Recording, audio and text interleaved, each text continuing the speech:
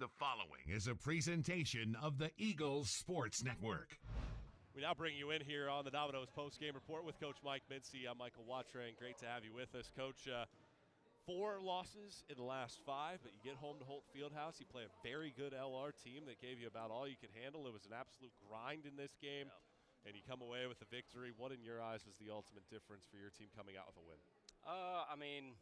It's kind of like what we talked about during these losses on the road, that the other team just made a few more plays, and I feel like that's how it was tonight. I feel like we did enough stuff to hurt us and to potentially lose the game. But, at the end, I told them I don't even want to look at the stat sheet. With the way things have been going and how we've played some of these fourth quarters, it's just good. Feels good to get a victory, certainly get a victory over a quality opponent that's already eclipsed 21 wins this year. And, they're good, and to get a win.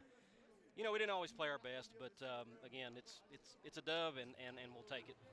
What's great about this win, too, is Braylon Weichel goes 0 of 8 to start the game. She really struggles to find any kind of footing. Campbell Penland, consistent again, but you get production from other places. Skylar Boshiers with 10 points, but Harley Smith with 18. Tori Rutherford filled up basically every stat sheet. She had 7 assists in the game. Those players came up huge in big moments in this game. If it wasn't scoring, it was defensively. Really a full team victory here tonight. I was proud of Campbell because that's back-to-back games now that she's played well. And, again, she's got those capabilities for sure.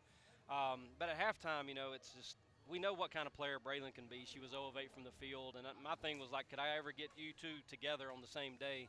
And I think we'd be a really tough team to guard if you can get that. And certainly Braylon comes out in the second half and gets 5 buckets, 6 of 6 from the free. Well, I don't know where all their free throws came from, but she made some down the stretch there, at least 4, I think, in 35 minutes of action, and just kind of a quiet 17, so to speak. But, Harley had 18. I think she could add more. I think she had a couple of layups down there. If she would have converted, would have put her over the 20-point plateau.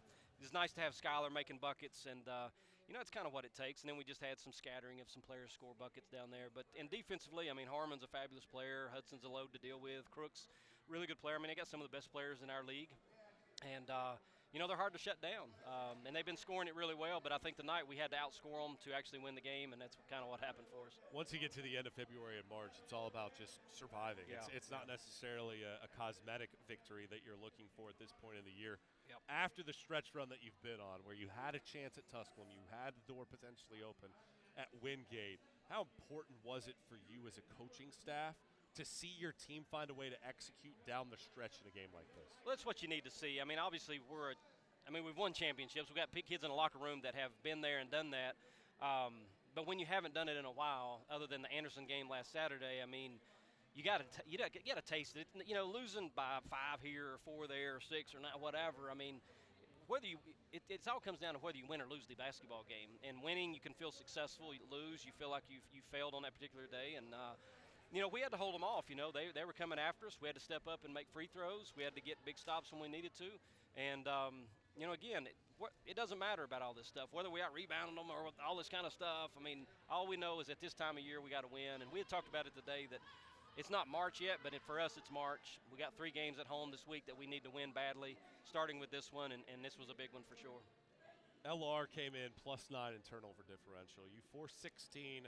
You only turned it over 14 times. Granted, they won the points off turnover battle. Yeah. I know you had a couple there down the stretch that'll frustrate you, and certainly one at the end of the first half as well. Yeah. But how important was it, or I guess how critical was it for you guys to win that battle today?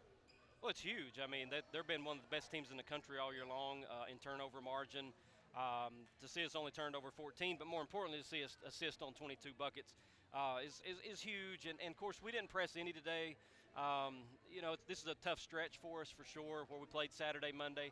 LR was in the same boat, to where we had to move this game to this date to where they had to play on Saturday and Monday. And I think you could see it out of both teams, honestly. The fatigue factor a little bit, even though it's a high-scoring game, it just – in that first quarter, we had no stoppages in play. I think everybody got gassed after that first quarter. But that back-to-back games for us, or 2 games in 3 days, is certainly tough. And if we only got one more day and then we got to play again before we get 2 days before we go into the last game of the year. But anyway, to answer your question, yes, taking care of the basketball. And, of course, they turned it over 16 times, and I don't know where theirs are. I just know they didn't come out of our press because we didn't press any.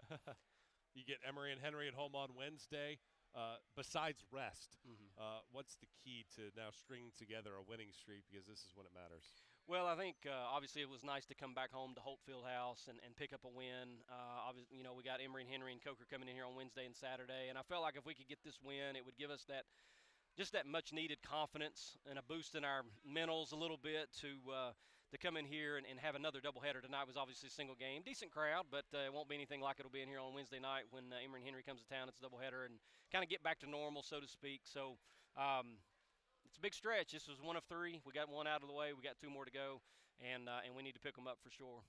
Coach, appreciate the time. Congrats on the win. Thank you, Marco. Carson-Newman coach Mike Mincey. When we come back, we'll have more conversations. We return to Holt Fieldhouse in a moment on the Eagle Sports Network.